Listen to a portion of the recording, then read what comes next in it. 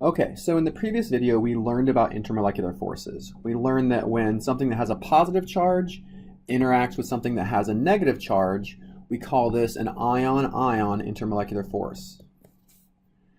Okay, and this is kind of the guideline or the standard for all other intermolecular forces, right? So if we have molecules that are polar, right? So if we have a molecule that has a partial positive and a partial negative, it can interact with another polar molecule that has a partial positive and a partial negative, right? So in this case, these two dipoles will favorably interact through what we call a dipole-dipole interaction.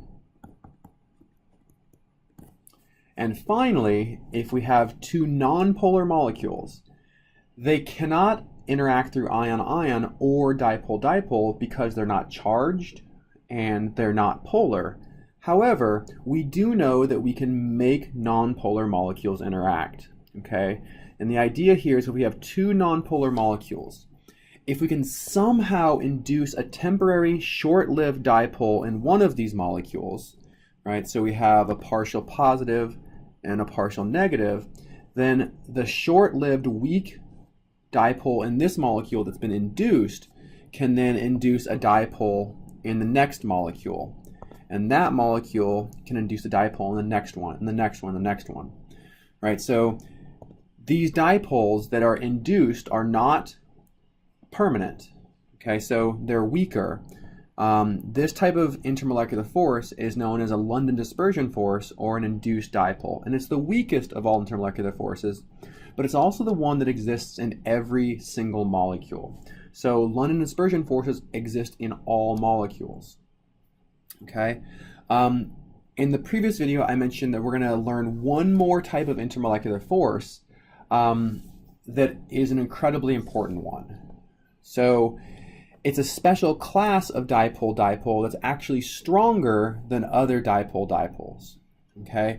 So the idea here is if we have something like water, okay, we'll draw the Lewis structure of water drawn out in its bent molecular geometry.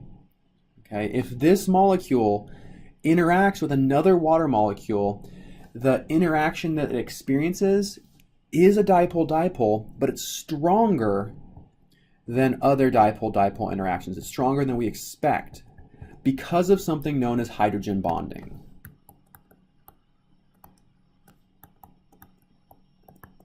Okay, or we sometimes abbreviate this H bond. Okay, so the idea here is that in hydrogen bonding, we have a very polar bond here. So we have partially negative, we have partially positive.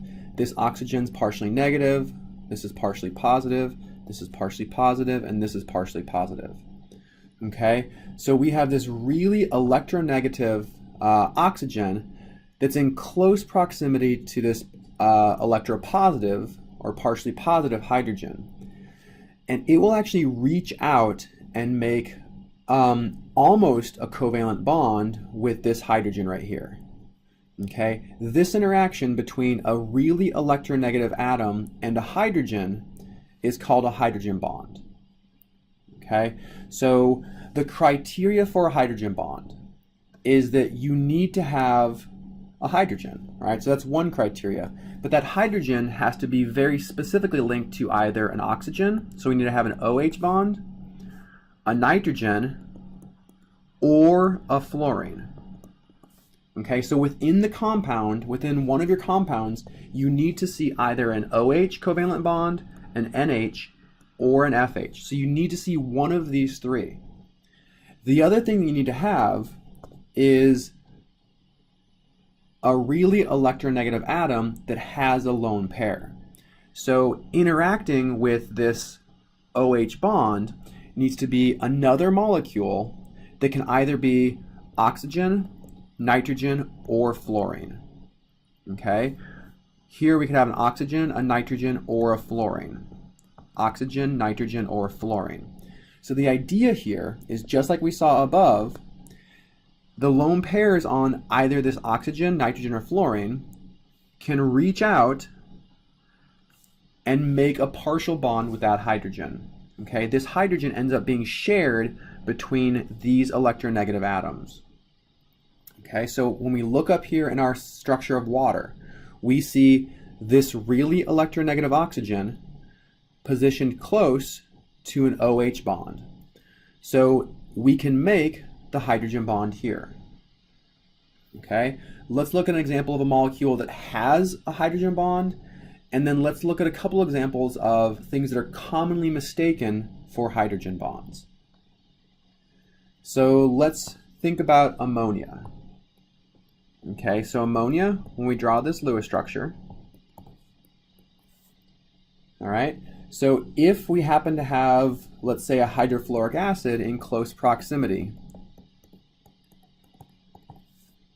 okay, so we see this NH bond, which is needed for a hydrogen bond, and in close proximity, we see a fluorine, which is really electronegative. So we can end up sharing this hydrogen between the nitrogen and fluorine. So this bond, all of this together, is collectively called a hydrogen bond. Okay, you have to have a covalent bond to a hydrogen with either nitrogen, oxygen, or fluorine. And then that NH covalent bond needs to be interacting with either an oxygen, nitrogen, or fluorine. Okay, this works because this bond, this NH covalent bond, is really polarized. Nitrogen, oxygen, and fluorine are all the most electronegative atoms. So this nitrogen is really partially negative, this hydrogen partially positive, this fluorine partially negative.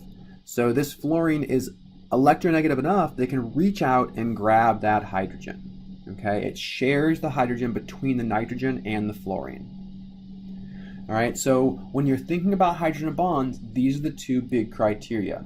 You need to have one of these covalent bonds in close proximity with one of these atoms in a different molecule. So this is a different molecule.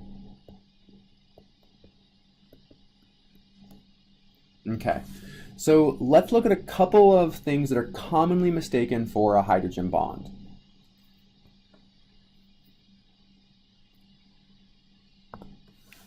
So I'm going to show methane here.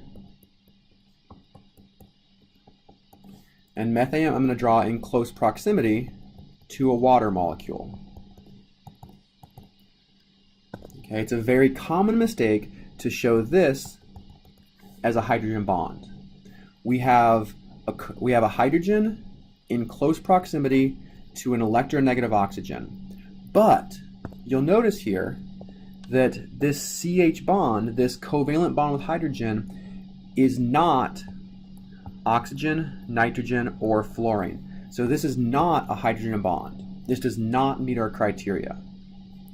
The other thing that's commonly called a hydrogen bond is if you have a water molecule, a lot of students will mistakenly call this covalent bond an H bond.